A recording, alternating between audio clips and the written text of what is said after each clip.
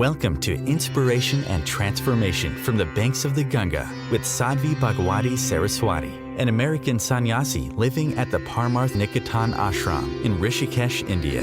Sadhvi is president of the Divine Shakti Foundation, a charitable organization bringing education, vocational training, upliftment, and empowerment programs to women and children. Sadhvi is also Secretary General of the Global Interfaith Wash Alliance and Director of the world-famous International Yoga Festival. Join the musings of an American sannyasi as Sadhvi shares the wisdom and teachings of her guru, His Holiness Pujya Swami Chidanand Saraswatiji. Welcome everyone to Inspiration and Transformation from the holy banks of the sacred Ganga River in the land of Rishikesh, India. So first of all, it's really important not to feel guilty. There is nothing bad or sinful in having very normal and natural sensual desires. We have bodies that are flooded throughout most of our lives with very real chemicals. And the chemicals are called hormones. And these hormones trigger a whole variety of reactions in the physical body, including the brain, that keep us going to perpetuate humanity. If people did not have sensual desires, eventually the human race would extinguish. And so as we have evolved throughout the millennia, the desire for physical, sensual pleasure is something that has been a very robust thing that has continued to stay with us, because the more someone has, the more likely they are to propagate the species. It means the more likely they are to pass on their genes. It means in the future, the more people there are who are likely to have that very strong and robust desire for physical and sensual pleasure. So never feel bad. Too many people feel guilty and dirty and impure about desires that they have. Don't. It's very normal, very natural. And you are not the chemicals of your body. Just because there is a chemical flooding through your body does not mean you need to jump and do whatever it says. The chemicals should not be the masters. So, desire is there, the chemical is there, sure. And of course that gets heightened. Some of it is chemical, purely biological, hormonal. But then a lot of it is based on what habits we feed. So if I am engaging in lots of thoughts, lots of daydreaming, lots of fantasizing about sensual pleasures, I'm making that stronger. I'm strengthening a cycle in which the more I think about it, the more those chemicals are flooding. The more the chemicals flood, therefore the more I think about it, and I create a very strong loop, a very strong pattern. If I watch shows, pornography obviously, but even if not, there's plenty of shows that we watch that are not considered pornography, but nonetheless that give us plenty of experience of witnessing people engaging in the fulfillment of sensual physical pleasures. So if I'm watching lots of things, or I'm listening to a certain type of music, or reading a certain type of book, or having certain types of conversations with people, that's going to just strengthen that in my mind. And the more that gets strengthened, the more the chemicals flow. This is the loop between the mind and the body. If I close my eyes and I start thinking about chocolate cake, chocolate cake, chocolate cake, well, a lot of things are going to happen. The most obvious and first is my mouth is going to start to fill with saliva. Just because I'm thinking about eating chocolate cake. A whole chemical reaction is going to happen in my body based on a thought of chocolate cake. I can't smell it. I can't see it. I'm pretty sure our cook has not cooked it. So it's not about actually having the cake. It's just a thought. But it sets off a whole chain of reaction of chemicals in my body. In the same way, thinking about sensual, sexual, carnal pleasures sets off a whole chain reaction of chemicals in my body that actually make me think more about it, make me want it more. And so this is where it's really important to realize just because that chemical is in my body doesn't mean I have to act. Just because my mouth salivates at the thought of chocolate cake doesn't mean, even if it were sitting here in front of me, that I would have to eat it. This is where on a spiritual path, on a yogic path, we engage in practices like fasting or staying awake all night, is to remind us that the body has all kinds of urges and calls and hungers. And when we're fasting especially, the body is going to say, I'm hungry, feed me. But if I've made a decision that I'm fasting today, I'm not going to eat. The fatigue may say, oh my God, I need to sleep. But if I've decided, I'm staying awake tonight to meditate. This is a sacred night. I'm not going to sleep. And the practices are there, not because sleep is bad or food is bad. They're both wonderful things for our body, but to teach us and remind us and give us new patterns of knowing. It's just a thought. It's just a chemical reaction. I'm not a puppet. Some neurological reaction takes place in my brain and I jump to like I'm a soldier in the army. Yes, sir, tell me what to do. So your spiritual practice should be, think about it as your metaphoric steering wheel. It's going to guide you. It's going to guide you where to go. It's also the brake pedal. It's both. And so it's going to tell you when to go, when not to go. And if you're going, which direction to go. The desires are just go. Whether it's go to the cake, go for the pleasures, go for whatever it may be. But then we have our spiritual practice that says, hey, wait. Speed without direction is detrimental. Let's stop. And slowly, slowly you get a whole new pattern, a whole new way in which you're able to watch these reactions come. You're able to say,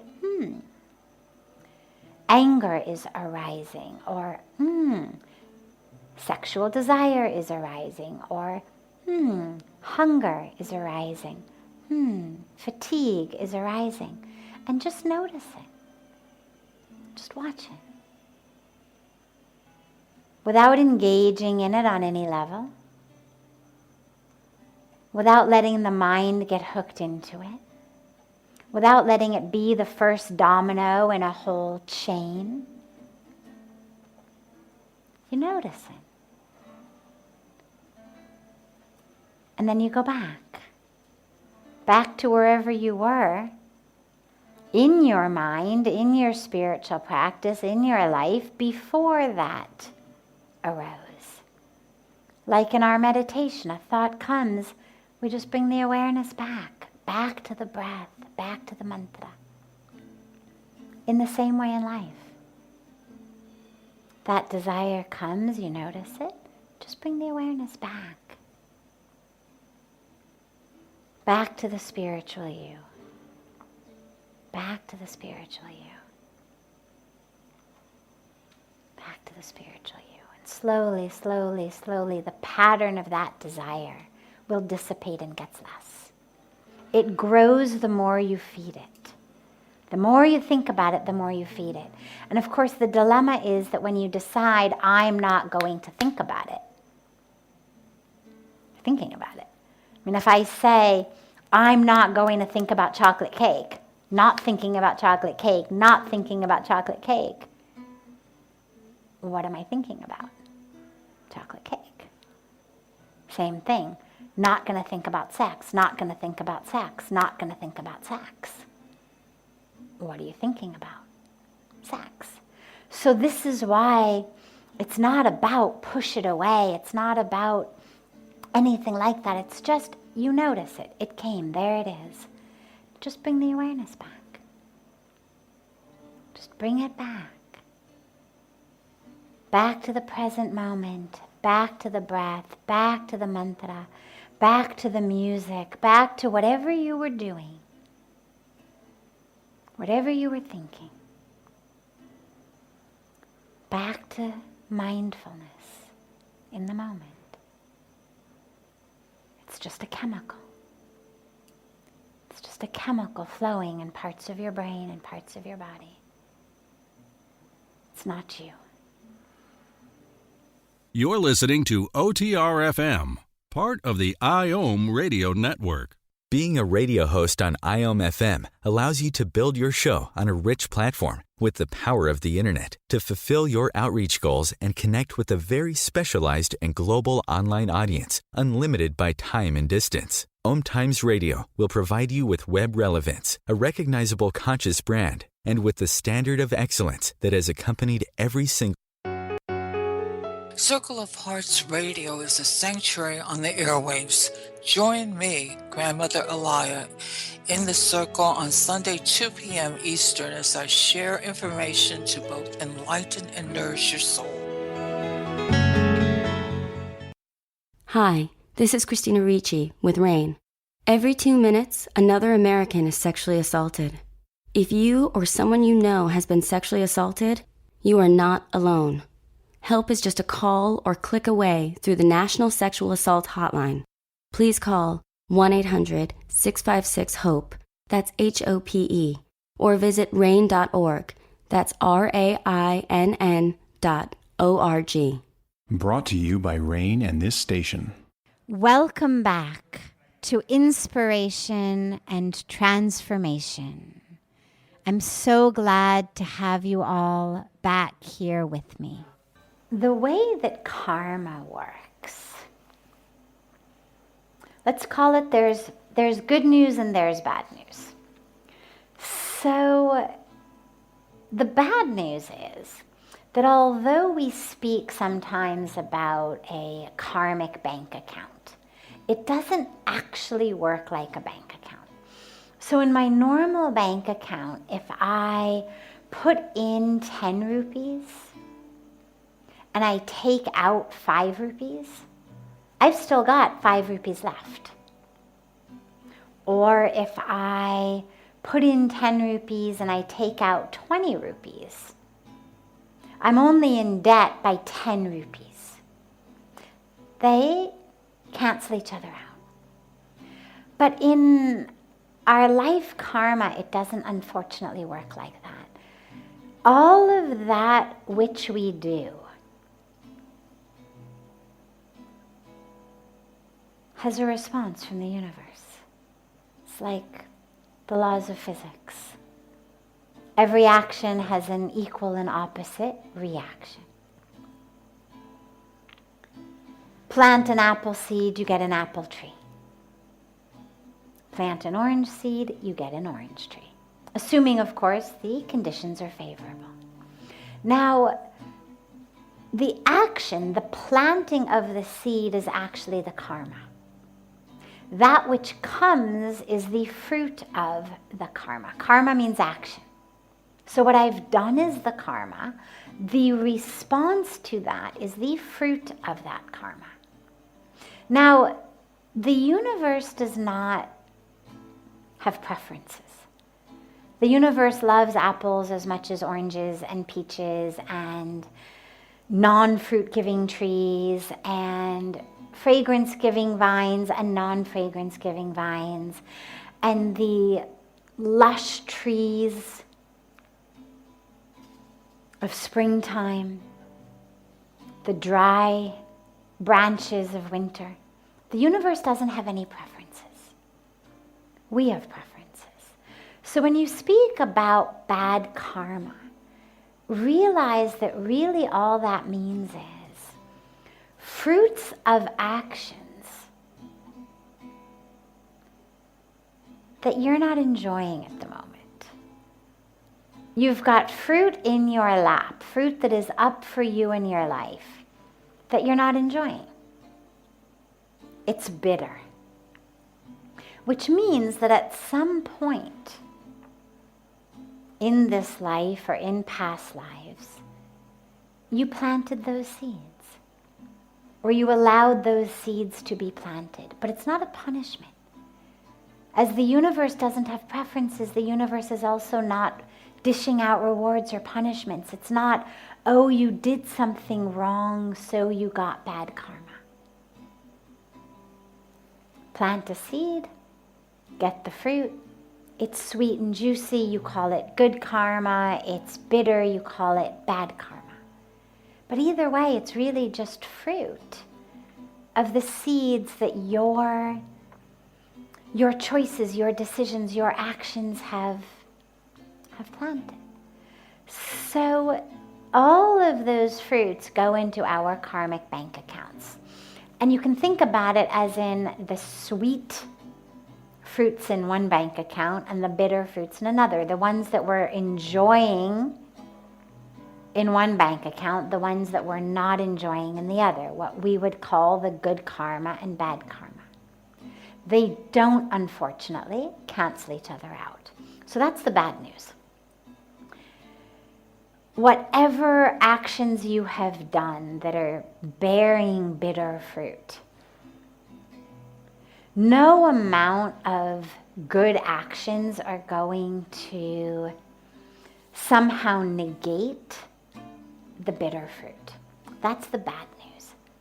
However, there's good news, which is a couple-fold. Number one, the actions that you're doing, the positive karma that you're doing, is having many impacts. Number one, it is changing the nature of who you are. You are becoming different, which means that all of your actions and choices and decisions from here on out will be different, which means that all of the fruit coming in will be different. But also, there's grace in the universe. And the power of grace, the power of sadhana, is that it doesn't remove what we've done, but it mitigates it. And so they talk a lot about that power of seva, that power of the Guru's grace, being that which, for example, let's say that an accident was written into your destiny. That had to happen as the fruit of something you'd planted in the past. Well, now, instead of perhaps being a a tragic accident in which you suffered greatly or died. Now you stub your toe. Or now you knock your glass of water off the table and it falls and splashes and you get all wet. Or maybe you have a dream of a horrible accident. Ways in which that karmic result happened, but it happened in a mitigated way. And that's the power of grace, the power of your sadhana, of your seva, of the guru, of your awakening, of your realizations, is to mitigate it. When I was in 7th grade, I think it was, we had a science fair project. Every year we had these science fair projects. And one year, I think it was 7th grade, the science fair project was to build a contraption that would shoot a raw egg 15 feet or maybe 50 feet, I don't remember what it was, into the air and have it land without breaking. Now, obviously, everybody knows if an egg is dropped even a foot off the ground, it's going to break. So at 12 and 13 years of age, in 7th grade, we were given this assignment. And everybody had different ideas. My idea was a rocket ship with a parachute, and the egg was going to parachute down, and I don't think it worked. I think my egg broke, if I remember. But in any case, one of the kids in my class put that egg into the center of a Nerf football. It's like a big foam ball. And put the egg in the center of the ball. And the egg shot up into the air, landed, didn't break because it had, 3 inches of foam on all sides, maybe 4 inches of foam on all sides. And for me, that's a very visual way of thinking about the good news of that power of grace, of seva, of sadhana, of prayer, is that egg is still going to drop. It still gets shot in the air, it still gets dropped down. But now, instead of landing on the ground and going splat, the universe sort of gives it this foam thing in which it lands and therefore doesn't break. So that's the good news. And the other piece of good news is a very large part of that which is happening to you is happening in response to that which you are doing now. Yes, that which we did in the past is still impacting us. There is still an impact of our past karma. But most of that which is happening in the future is happening in response to what I'm doing right now. And so whatever fruit you want to have in your life in the future, ask yourself, what seeds am I planting right now? Yeah, there's still going to be some fruit from seeds you've planted in the past. But we're planting new seeds every minute, every moment. And those determine the fruit that's going to be in our lives tomorrow, next month, next year, next life. So plant the seeds of sweet fruit. So that's what will blossom in your life. This is OTR-FM, part of the IOM radio network. OMTimes magazine is one of the leading online content providers of positivity, wellness, and personal empowerment. A philanthropic organization, their net proceeds are funneled to support worldwide charity initiatives via Humanity Healing International. Through their commitment to creating community and providing conscious content, they aspire to uplift humanity on a global scale. OMTimes, co-creating a more conscious lifestyle. Do you have time to read that inspiring book or that blog post you've been meaning to get to? In your busy world, how do you improve yourself and keep your life going? I'm Lisa Kay, and my Between Heaven and Earth radio show can transform your life just by listening. Be uplifted with inspiring topics, positive stories, and ideas that really work. Between Heaven and Earth Radio is conscious living for your soul, every Wednesday at 4 p.m. Eastern Time. Like Baldwin with People for the Ethical Treatment of Animals. I grew up loving circuses and other traveling animal shows, but it never occurred to me what life might be like for the animals. Training wild animals to do things they don't understand takes force. Routine discipline with a hook or whip with the heel of a boot shows the animal exactly who's the boss.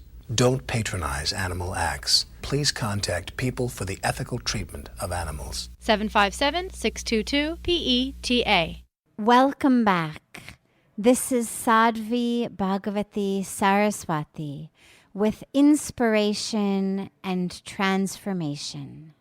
The question is the Vedantic principle of I am, the supreme reality, is manifested after attaining Nirvikalpa Samadhi. So does that mean that in meditation only we can realize our true nature fully and not otherwise? So what he's asking about is we speak about Soham, I am that, or Aham Brahmasmi, I am the Supreme, and so many others of these very core, fundamental, foundational mantras or teachings that we have of I am the divine. So he says, so that's only attainable in this state of samadhi. So does that mean we can only have it in meditation and nowhere else? It depends what you define meditation as. So there's a reason that throughout history, and not even just in the Hindu tradition, but in so many of the different world's religions, the enlightened ones, what we call the sages, the saints, the mystics, the yogis, what other religions may call prophets, or just enlightened ones, or holy ones. But there's a reason that as you read their stories, it's very rare, not never, but it's rare that it's stories of people attaining suddenly absolute supreme realization, complete God realization in the midst of pitching a baseball game, or in the midst of grocery shopping with the grocery cart halfway full and you're kind of halfway down your list.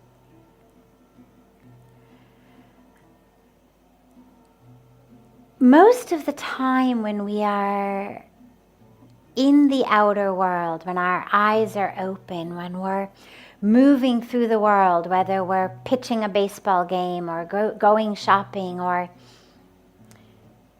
running our company or being whatever our role might be, we're so engaged with the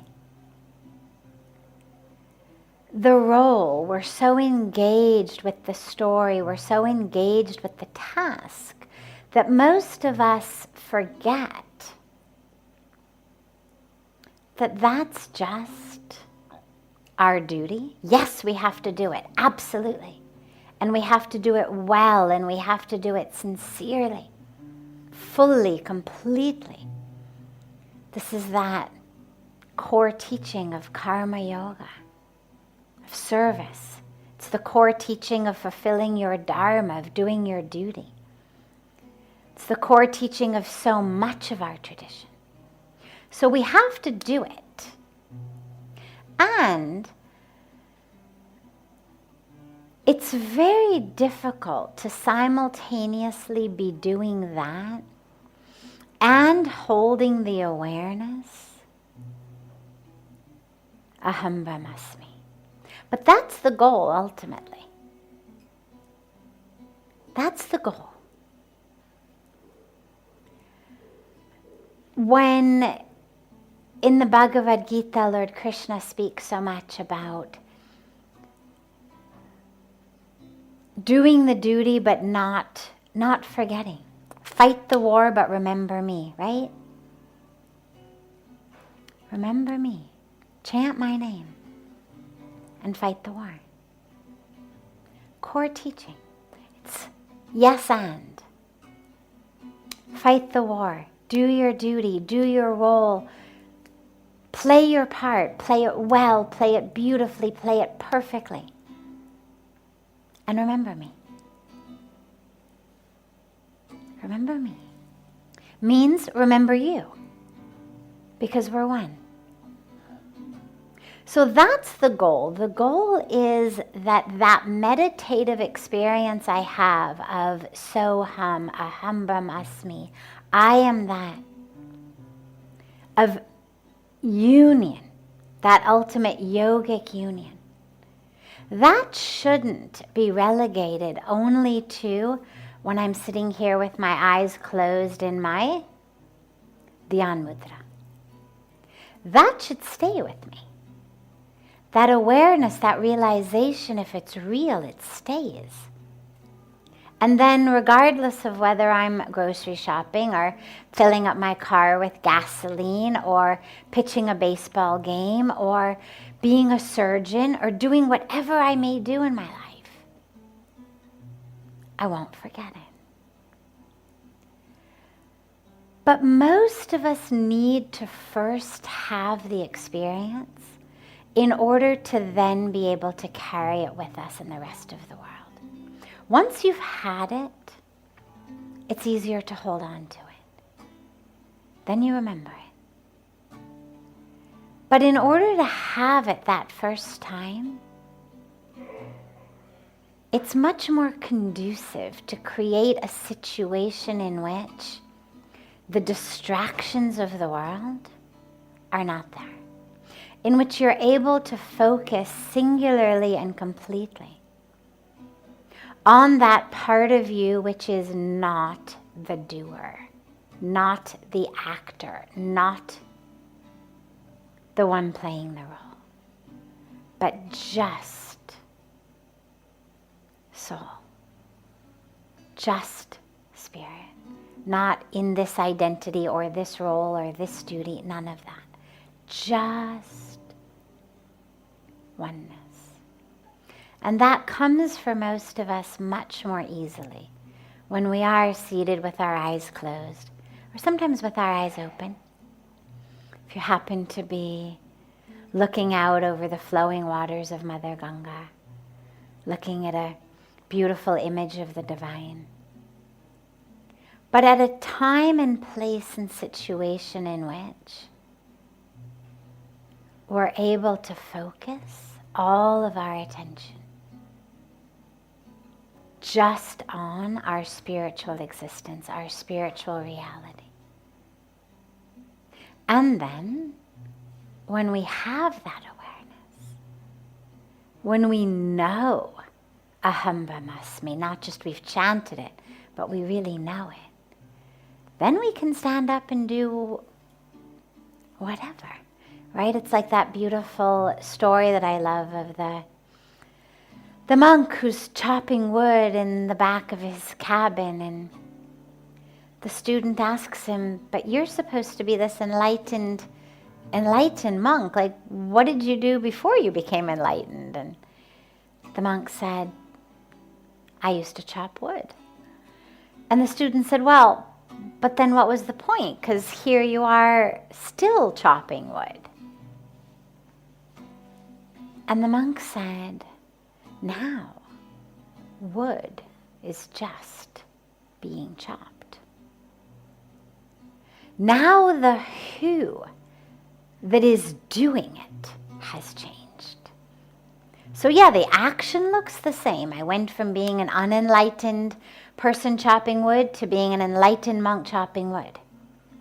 The wood is the same, the axe is the same, the movement of the arm is the same.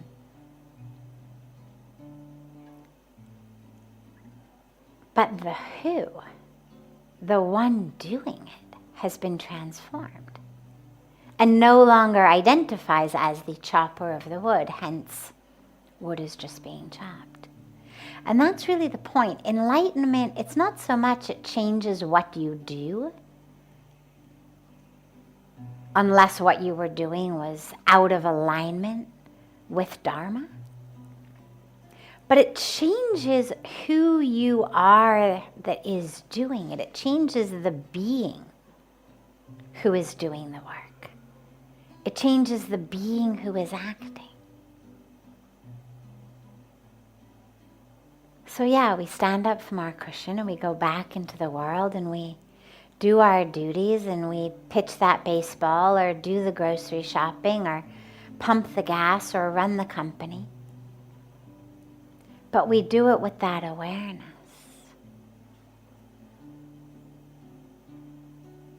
Soham, I am that. And if we forget it in the midst of the doing, because we already have had the experience of knowing it's true, it's much easier to get it back. It just requires stopping for a moment. A few seconds every hour. Before you drink water, before you take food, whatever it may be. But just little moments to reconnect. Oh yeah. Oh yeah. I'm not really the CEO of this place. I'm pure consciousness. Just pure consciousness whose duty it is at the moment in the current act and scene of this life to play the role of CEO. It just takes that moment. Because once you've had the awareness, it comes back very, very quickly. So spend the time in meditation to have it. But then recognize that ultimately you should be carrying that awareness into all of your work. That's when we speak about sacred activism or enlightened action or karma yoga. It's what it is. They're all action, engaged action, but that is done from a place not of gotta get ahead, gotta earn more, gotta push these guys out of the way, gotta do it, gotta do it, gotta do it. But from a place of awakening, from a place of knowing, as the apple trees, duty is to give apples, and the rose's duty is to give fragrance. The tree's duty is to give water and oxygen. My duty at this current intersection of time and space is to serve in this way. But who I am is consciousness. So I am that. All of that.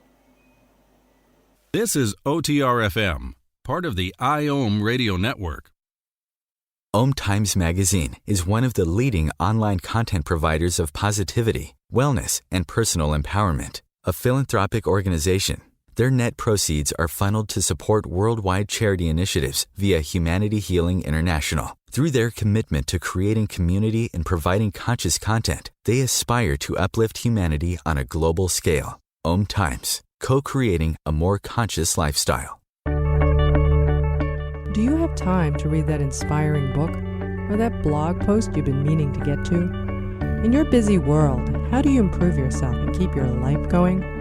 I'm Lisa Kay, and my Between Heaven and Earth radio show can transform your life just by listening. Be uplifted with inspiring topics, positive stories, and ideas that really work.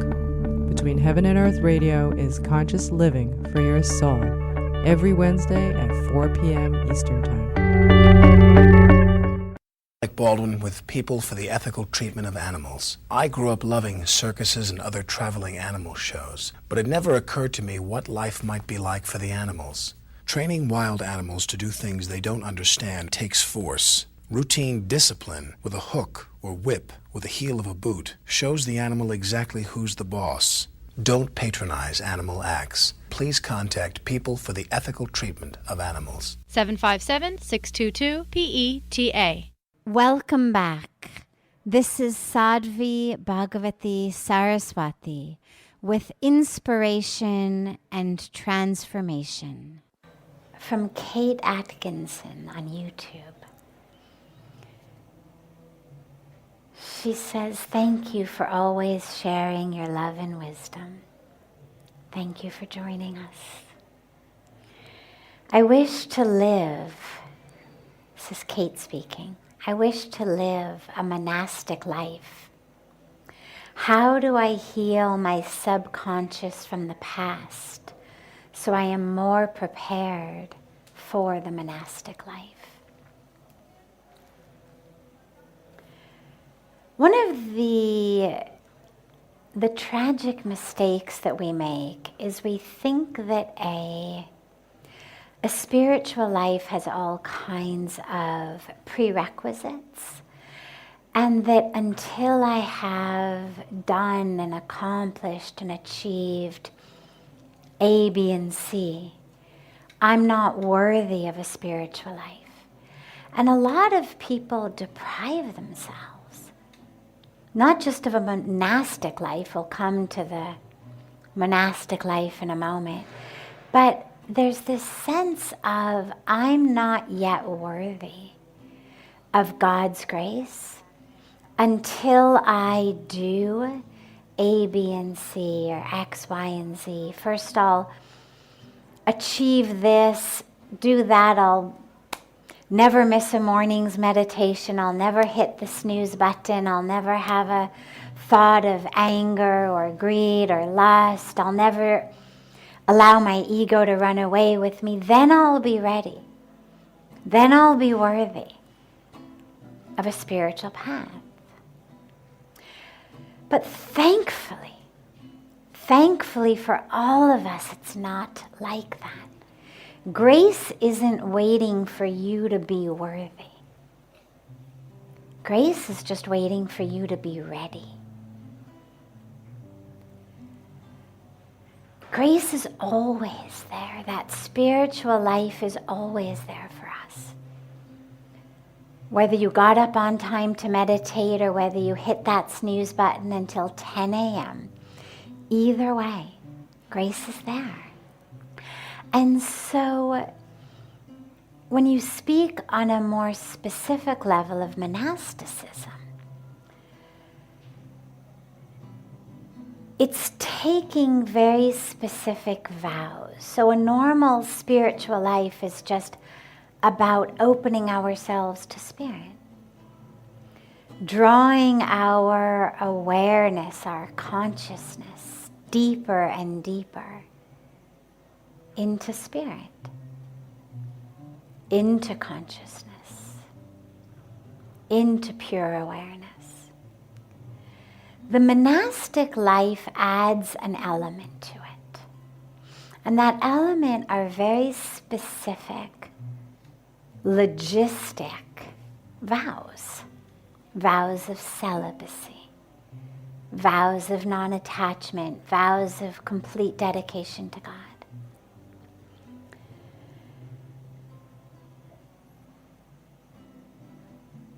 There are very specific, very powerful rituals that we go through prior to taking vows of celibacy, prior to taking vows of sannyas, vows of a monastic life, to help burn through a lot of that past karma.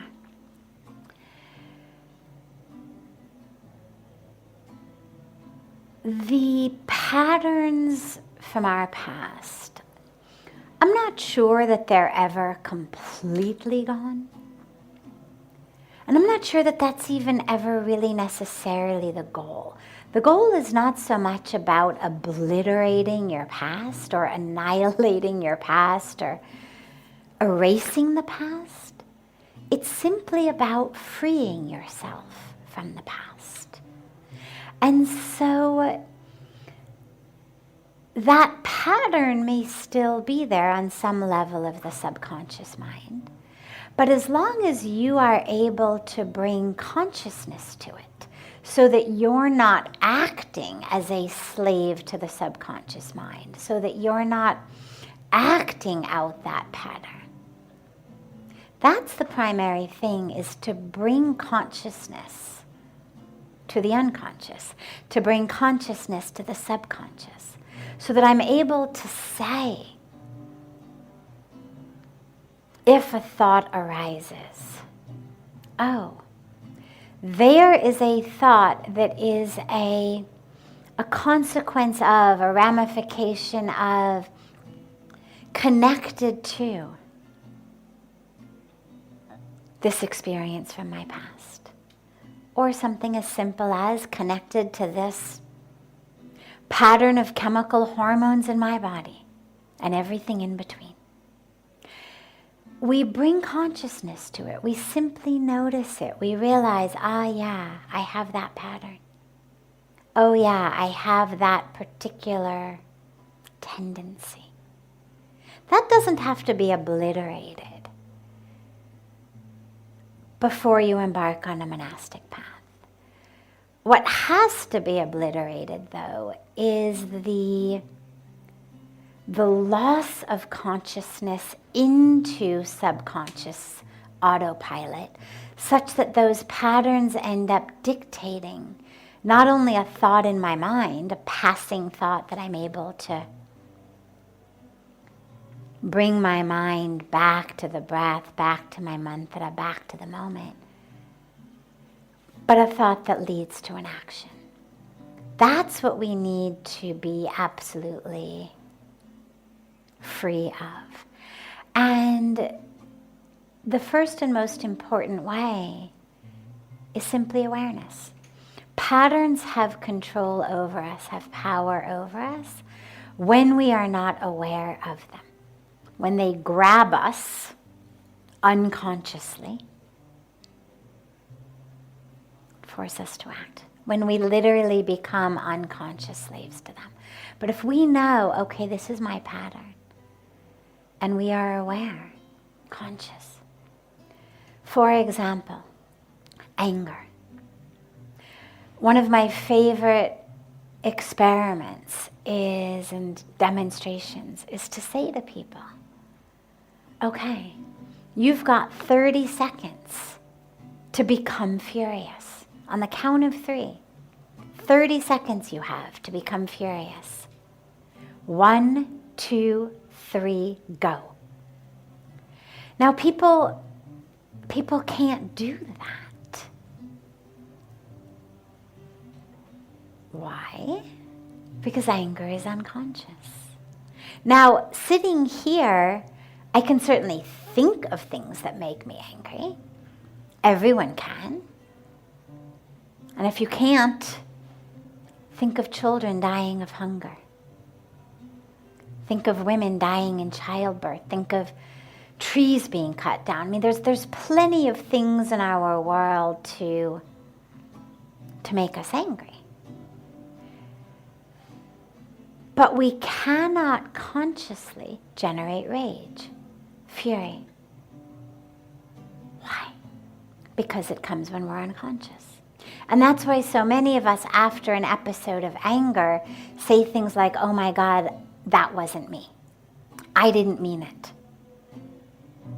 Well, if you didn't mean it, then who was it? If it wasn't you, who was it? What we mean when we say that is, I wasn't conscious. I wasn't in my conscious mind. So anger requires unconsciousness. It requires me to be moving literally on my subconscious, unconscious autopilot, patterning. Taking vows of monasticism doesn't mean I will never have a trigger of anger. What it means is I won't act on it. Because it means that in my vow, in my commitment to consciousness, being awake, renunciation, part of what I renounce is unconsciousness. Acting out of just impulse and instinct. Again, whether it's lust or greed or ego or whatever it may be. So a thought may still arise. You don't have to wait for the thoughts to go before you embark. But you just have to be grounded enough in consciousness and awareness that you don't act on them. And then something very beautiful happens also, which is the vows of that path, the actual ritual of renouncing, in and of itself is so powerful that there's an almost alchemic transformation that takes place when you are initiated into an order of monasticism. And that initiation, the power of that, the power of the vows, the power of the ritual, actually propels you forward in a lot of ways. We still have to do the work. It's not, unfortunately, a magic wand that wipes you free of the thoughts or the patterns. But it's very, very, very powerful to give you the ability to not be a slave to the patterns. So acknowledge the past, see it, be aware of it, know what the patterns are, and then engage in practices, meditation, mindfulness. In every minute, every moment, such that although the thought pattern may arise, you're conscious, you're aware, you're able to see it,